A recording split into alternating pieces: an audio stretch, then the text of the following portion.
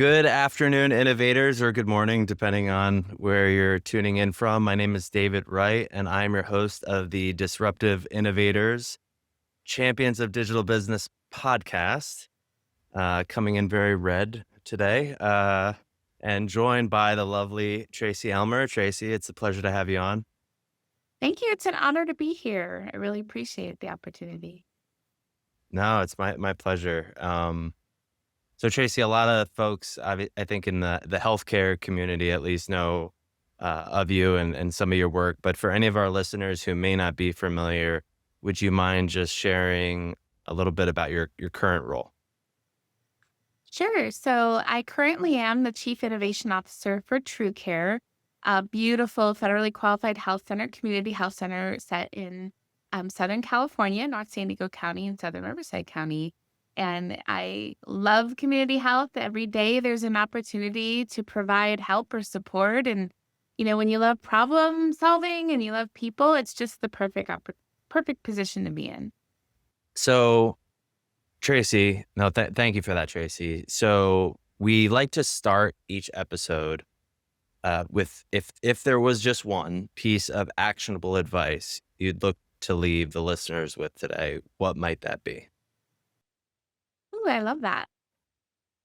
I think what comes to mind is just say yes, even when your comfort level meter screams no. And I know that sounds interesting, but I think that saying yes to things that I wasn't so certain about or feeling so fully confident in has really been what served me best in my growth trajectory throughout my both professional and personal life. And so I think there's a lot to say about what being uncomfortable can help you with, right? And how when you're in that state, if you remember that discomfort just means growth, there's something that helps you get through to the other side more quickly. So true. I love that. And I just made a post on LinkedIn about that Teddy Roosevelt quote, "The man in the arena, like marred with sweat," and like the people who are doing it, who are leaning in, and I think we're consistently like over our skis like a little bit, and I think it's important to kind of ride that level of uncomfortability. But all my growth has come from the more uncomfortable situations, and so it's a great piece of advice to start the episode with. Um, and Tracy, interested to learn a little bit more about you, just as a person, as an executive, how you started out, and how you got to the point that you're at in your career today. Sure. I think I always tell people when I share my career journey that I think it was fate to be in the healthcare space. My mom is a retired nurse, so I was always around hospitals. And when I was quite young, I always thought to myself, "Oh no, like this isn't the space I want to be in." I was a little nervous about, health, just needing healthcare, whatever, normal stuff. But when I was in high school, I had an opportunity to work a summer hire job. My dad worked for the army, so it was offered to all of us as high school students. And I ended up working in a medical records department at an incredibly small army clinic.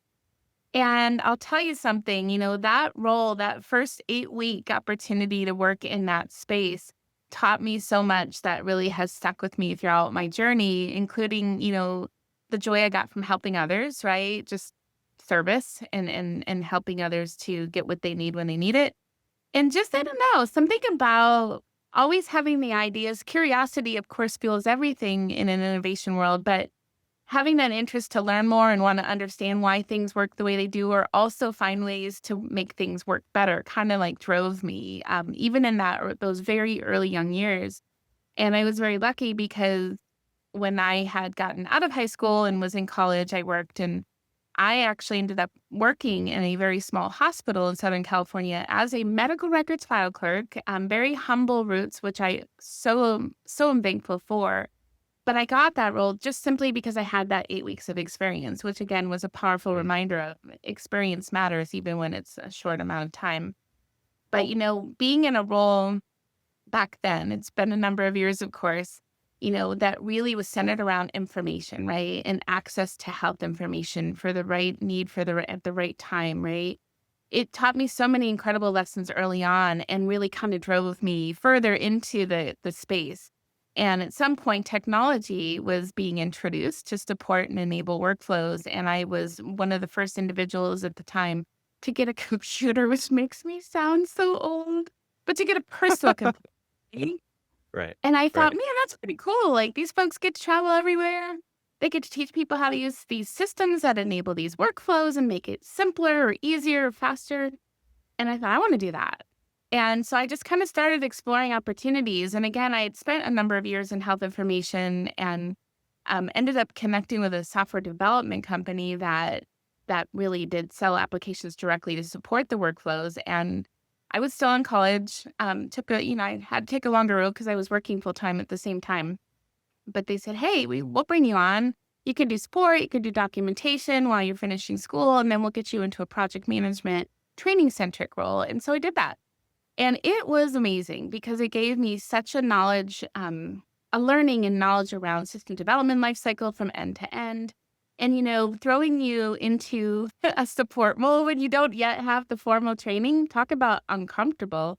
Like that really is where you realize and learn the power of teamwork and collaboration and having Mm. others around you who you can phone the friend quickly. And those early lessons again were really important. And as I went on and finished my degree, I knew at some point I wanted to evolve even further in career and getting into leadership, getting into um, really the electronic health record space. So I did make a shift to a formal, more operational role for a larger healthcare system in San Diego, Sharp Healthcare, Sharp Steely specifically, and spent a number of years there implementing an EHR, not Epic, and and really just learning and understanding all the operational aspects. And it was wonderful foundational experience that ultimately led me into a role at Rady Children's, where I spent a number of years as their Epic project director and clinical systems director, and just really truly understanding the fuel of technology and platforms like that and how they can enable the business and become part of strategy. And so those years were Was that pivotal in my growth, right? And in really the continuous learning cycle and understanding healthcare, right? And the intersects of healthcare, both delivery and information, and then of course the power of putting people and process and technology together to really advance strategy. And those years were wonderful and ultimately helped me to be ready for the role I'm in today at TrueCare, where I've been now 7.5 years. And it's been an interesting 7.5 years when you think about, what happened in 2020, right? Right. In the couple years into my tenure here, never mind some of the interesting challenges I'll say we find ourselves in today in the healthcare space. But again, no shortage on opportunities to counter those. But it's been a wonderful journey. I've been really fortunate to have so many people who've supported it, right? The power of, mentorship is always there.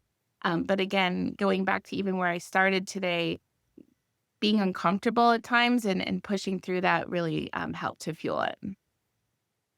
that's no, it's super cool, and it takes courage. And I was curious as you were recalling the journey, you mentioned, um, that epic role, I guess, at Rady's, was it? Um, or Rady? So was that your first time, because you mentioned before that it wasn't Epic. Was that your first time, tinkering with Epic at that point? Yeah, it was. And I was really lucky because I arrived before they signed the contract. So I was able to gain that experience and build expertise Okay. from that point forward. And it was Nice. also very interesting because Rady Children's Health is pediatric academic medical center. And we're talking almost 20 years ago, there wasn't a lot of foundation content. Again, going back to that service to others, right? It just kind of is a real inspiring and motivating, I guess, aspect of the role. Yeah. Well, and I mean, speaking of that, I mean, it's so cool to me that you saw the joy in being of service to others so young. I mean, I Mhm. just like, it's kind of, I'm kind of jealous because it took me a really long time to figure that out. I'm kind of sad to say, right? Like, I mean, and that's not to say that there was plenty of times in my life that I would be of service to others, but there was an inflection point somewhere in my mid-20s where, like, I actually started doing it from, like, a selfless place versus a selfish place, like, because you can be of service to others and have either ulterior motives or, Sure. like, you're still thinking about yourself, Right. like, you're doing it for the wrong like, a good example is, like, and I'm not, like, shaming anyone, like, because I did this, right? Like, you're getting ready for college and you go, do community service for a few hours and, like, it feels good, but, like, you're doing it because you wanna put that on your Yeah. resume and, like and that's not to say that it's still not a good thing because it absolutely is. But for me, the shift happened when I started wanting to be of service in the world, um, because like, I really get fulfillment out of it. Like, I get a lot more fulfillment, and, like, the vision for the work that I do is more about, like, how can we affect the way patients access care or, like, the experience that patients and the folks who deliver that experience have, like, that's now more exciting to me as opposed to earlier in my journey, it was more about how do I get what I think I need that's gonna fill this or not lose what I've already gained. It's very like, the blinders were Absolutely. still on. So, yeah. I think Um, fulfillment is key, and I think there's a freedom in it too when you realize when you can fully let go about it being anything that serves yourself, which all of the factors you mentioned are key, and I've been in that same place. But when you let go about what it serves for you and can offer to others, that just really somehow creates this fireball of momentum that's so great. And you just yeah, feel more light. I don't know how else to describe it's it. true. I agree 100%. I mean, and so Tracy, thinking about your journey as an executive, is there a time? Because like for me, when I'm referencing that kind of shift, it actually for me happened uh, out of kind of some dark moments there. Like I'm not proud of the way that I showed up sometimes like earlier in my career, my life. And but the beauty of that was that it was a moment where I could look at it and choose a different path, and I grew out of it, out of the discomfort of it, to cite, like, kind of your earlier example. Is there a time that you can think of that you either had a project fail or you had some type of, personal hardship, but, like, you ultimately took away a lesson that would serve you, um, throughout the rest of your life and career? I have the benefit of many. The, age is wisdom, right? Same. No, I think 100% yes, and I think there's been both personal experience and loss that has helped shape me, where you can choose different pathways to engage and go forward, and when you choose the one that is gonna bring support to helping others, like, creating that light that's just gonna give to yourself and create somewhat of a healing while you're also growing. And again, building that resilience, right? So that you can continue forward to do hard things. And I think in a career around information technology and innovation, there's a lot of opportunities for learning. And I didn't mention it, but I'm also teaching in a master's program, healthcare informatics master's program at USD. And, Oh, I wow. share quite a bit in my class about my failures, as I would deem them, or learning.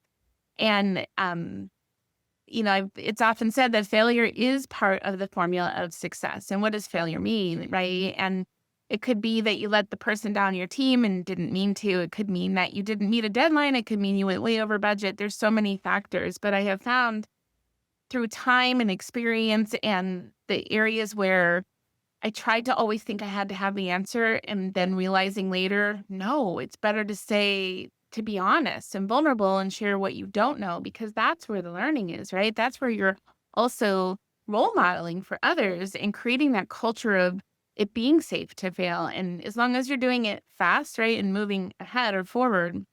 But I think there's so many different initiatives and projects I can think back to. My students, going back to that point, I remember at the end of my course this semester, they were so thankful. And they actually said, "Thanks for being so vulnerable and honest." And I thought, well, I'm just telling you what I've done in my career. But then I recognized, oh gosh, that is what it is. It's being real and authentic Yeah. about it. And, I do my best. I bring as much as I can to work every day, but I'm not the one who knows it all and is all. And I will make mistakes. I'm not infallible. And when you can admit that quickly, I mean, that has huge power. And, and in a space of innovation, you may have pilots that help you kind of identify whether or not you're going to continue to scale, or you may have large projects like an Epic implementation. And when I was at TrueCare, we were implementing Ocean Epic in 2020, same year as pandemic. Talk about a tough year. It did not go the way I would expect. And for someone who had all those years of experience, whew, that was rough for me. My ego, but just feeling like I let my organization down, right? Because we had so many challenges. And again, not everything's in my control. But, the best learning I gained from some of those challenges is the recognition that you don't have to know it all. It's important to tell people there will be problems and ready them for them. The quest is never perfection, right? It's excellence. And again, the power of failure being that part of that formula of success, that could be a mantra for life. Yeah. 100%. I mean, you covered so many good things there. I loved, like, towards the end, you mentioned, like, the just managing expectations appropriately, like, not being Pollyanna about the fact that, "Hey, like, we're gonna struggle at times through this. Let's just all be clear." And the what you mentioned about, like, but let's fail fast. Let's acknowledge what we need to do. Let's pivot and move forward. Um, and personally, I've seen that a culture where a leader isn't vulnerable about, you know, about failure and about, you know, allowing ourselves to fail fast and all of that, like, it can actually be one of the biggest threats to innovation. Because when people are trepidatious about making that next decision because they don't want to make a mistake and, that it creates inaction. I mean, I've seen it firsthand where it's just like, and it trickles down.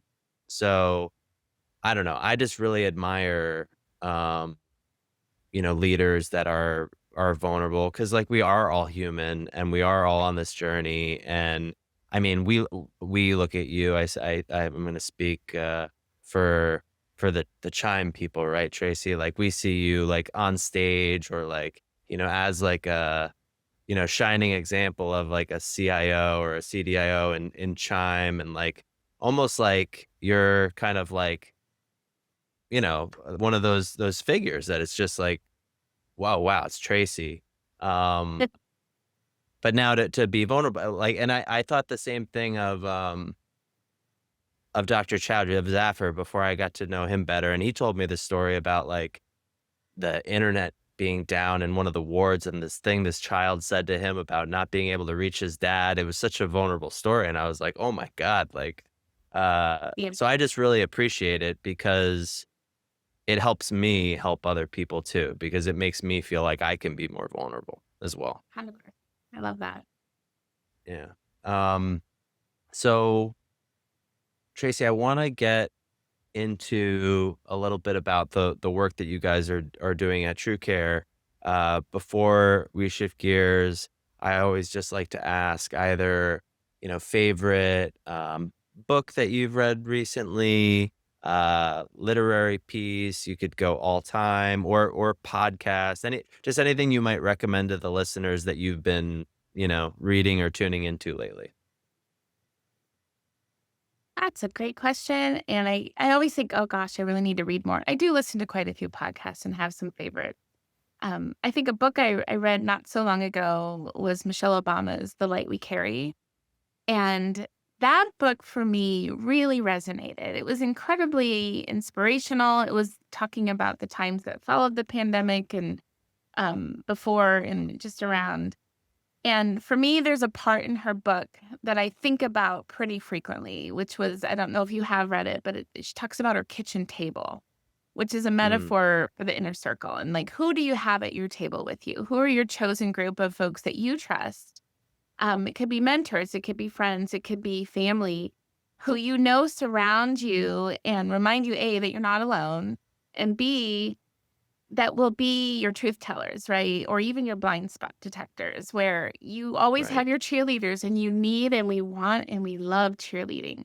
But we also want folks who see things alternatively or tell you the things that are really sometimes what you need to hear but are hard to Hard take things. in. And when you Yeah. think about the power of that analogy or her metaphor there, and so many lessons, I think a lot about it in life, but I think a lot about it at work as well and in my profession. And again, innovation happens through collaboration, right? And creativity and all of us together. And it's not ever just one, it's many. And so it's something again that I have found such great personal support from that, just the reminders in her book, but also professional as well.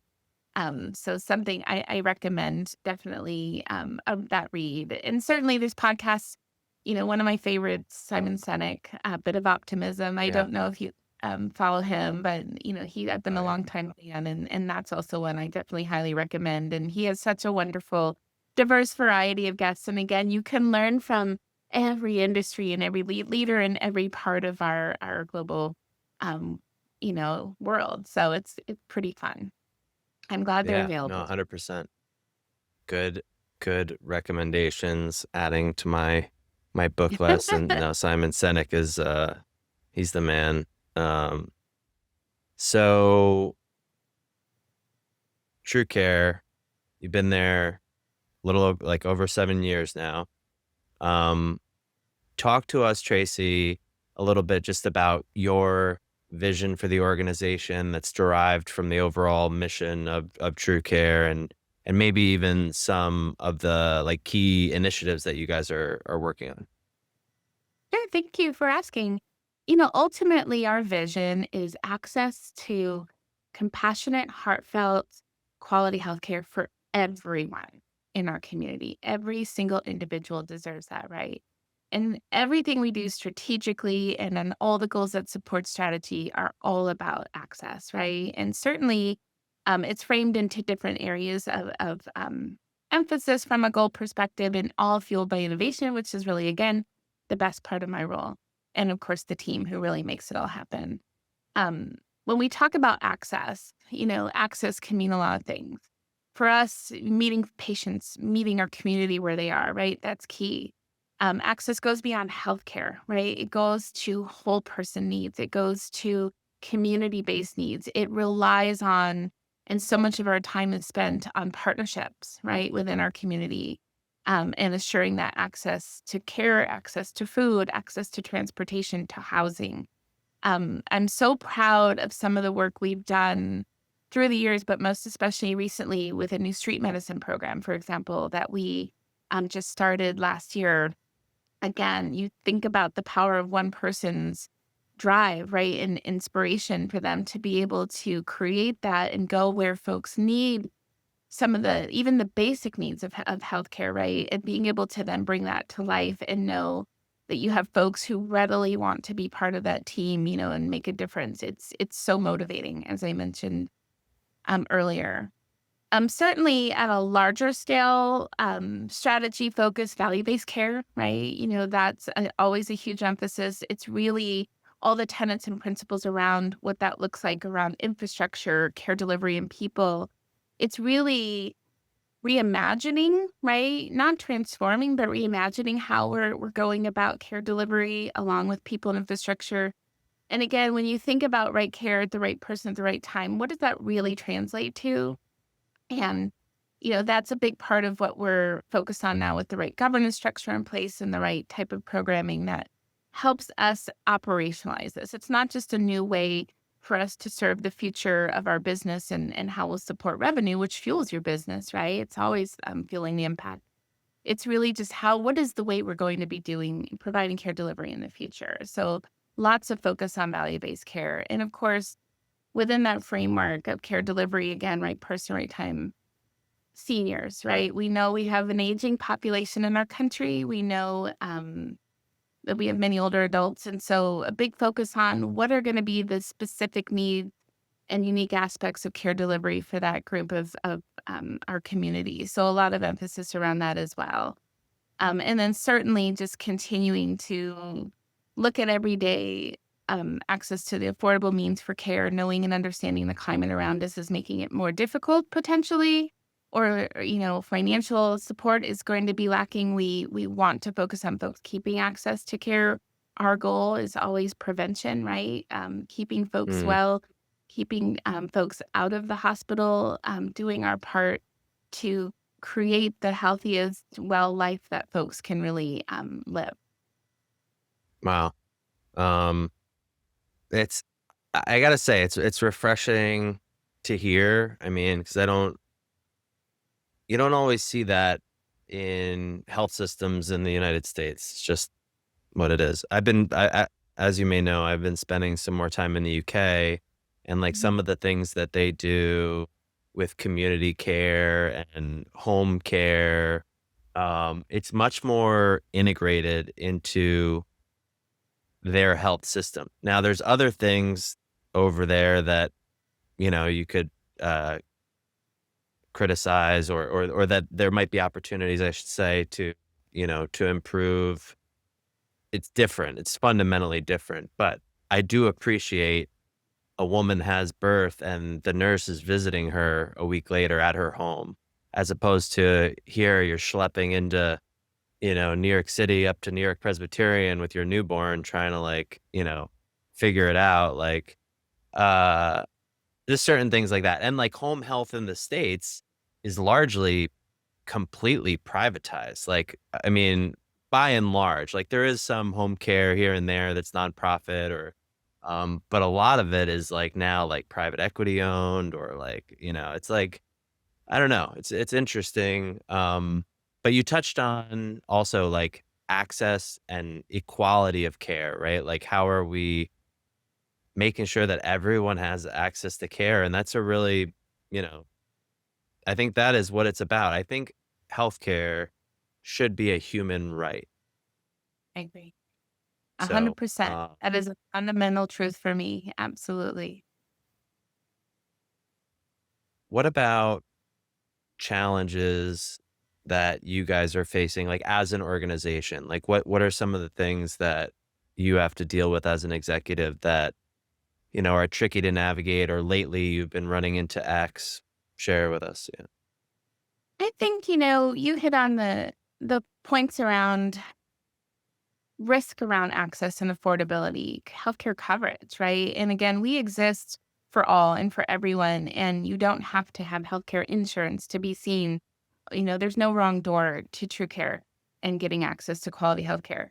I think, there's so much change in healthcare regulation that's occurring, new bills that we're navigating.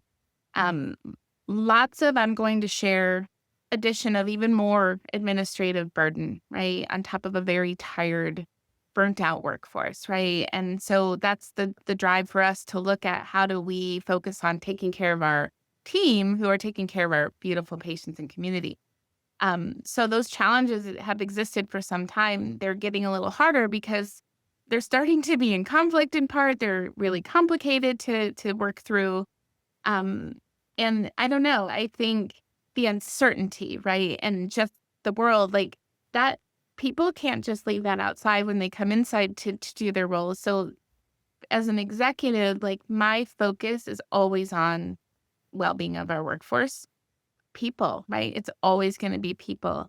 And I'm really thankful for a culture here at TrueCare that really strongly supports and anchors so much of our mission and vision around people, right? We recognize our workforce represents our community and our community is our workforce. And so, um, taking care of them so they can help others, right? That's what is the never ending drive. And again, being in an innovation role and space, I love being a partner to all of my colleagues and how we work to take all of that friction and all of the uncertainty and the unknowns and all the challenge of the space to try and lean in versus hide from it and find ways to make sense of it, to communicate strongly and frequently with our teams, to again, as I've shared earlier, say what we don't know, but say what we can do, right? Focus on the things we can control, influence everything we can.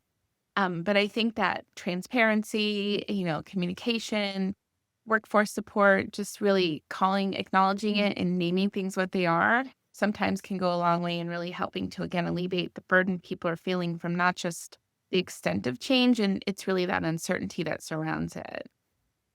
Yeah. No, 100%. And thank you for sharing that. What about innovation? So, I mean, you're dealing with these challenges, understandably. What are you most excited about or looking forward to in regard to, kind of what's possible and maybe some of the technologies or things you're looking to change operationally that you think will have an impact for true care in the near or midterm future? Technology is exciting. It's what's always fueled my growth. But I think what's really cool now, and we can't have a day go by without saying the words AI, is Mhm. is what AI can do. And I think for us at TrueCare, what's really exciting right now is focusing on initiatives and technology that's going to create not just support to our workforce, right? Reducing some burden, but also I'd like to say creating more balance. We always talk about do more with less. Well, how, right? Well, this is a way we can do so much more with who is here. And so we've been really excited that we rolled out an ambient AI tool. Just we've been at it for over a year, but the integrated version of that just went in this year. And that has been a game changer for our providers.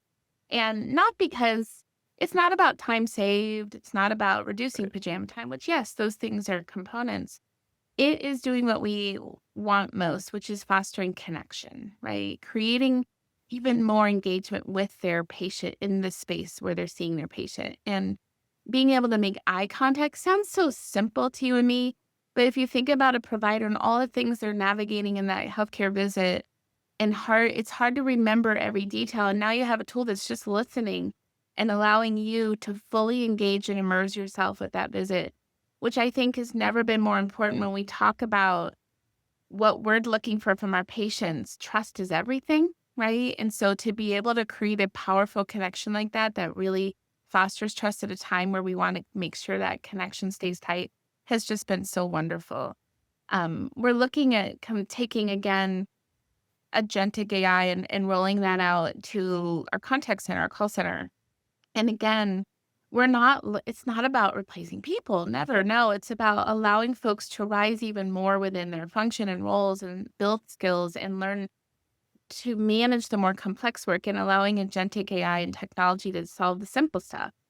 And, just creating a bit of a workforce aid without a huge people add or expense, which also has other complexities, right? So we're super excited. We're very close to starting a pilot for that. We always want to start small and learn, through that and then scale up quickly once we do. But that's something we're really excited about. Those are areas, much like many others like us, that we're actively moving ahead with. And certainly I think for us, beyond AI and using tools like that, just fully leveraging our platform. We're always a platform first strategy organization and really continuing to pour into the platforms we have and optimizing, right? You never just set and forget. It's about taking the tools we have and continuing to lean in and optimize things as the healthcare landscape changes, as workflows change. We have to make sure that's always ahead or keeping pace. So continuing, and it's not as shiny or fancy as AI, but those everyday things matter. So really It's true. continuing to apply resource focus and support for that as well. Well, especially because so many of the tools that have so much promise from an AI standpoint are reliant on your decision trees being updated or your data being clean and your EHR, your knowledge base being sorted out. Like, so that blocking and tackling is a necessary component of creating that personalized, radically convenient, compassionate experience, so that it makes sense. Well But said. very cool. Yeah, well, you inspired me, what can I say? Yeah, Tracy, this has been great. I mean, the last question I always like to ask my guests is just if you could go back 5, 10, 15 years in time, what advice would you give your younger self? Well, I love that question. And I would say I would tell myself to go with confidence and to remember it's okay not to know. I mean, I shared that earlier, but just we're always going to be more ready than we believe we are for what's next, right? For that change in career, a new role, taking on a new project. There's always that initial fear factor that kind of gets introduced, right? Again, your discomfort meter rises high. But I think going in with confidence, that would be the advice I would give myself in my early years and even just my 5, 10 years ago self. And Yeah. I have the benefit of some time and experience in this industry, which creates wisdom. But absolutely, I think that's my key message to myself that I will continue to still remind myself even now. Yeah.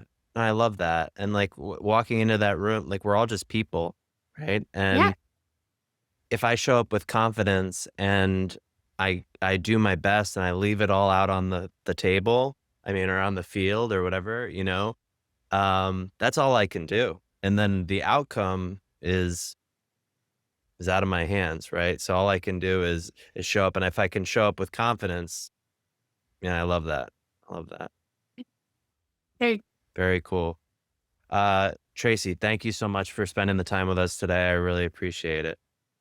Thank you, David. It's just been a true pleasure, and I'm just so grateful for the opportunity to connect and share. So thank you so much. Absolutely. And to our listeners, thank you all for tuning in. We will catch you all next week.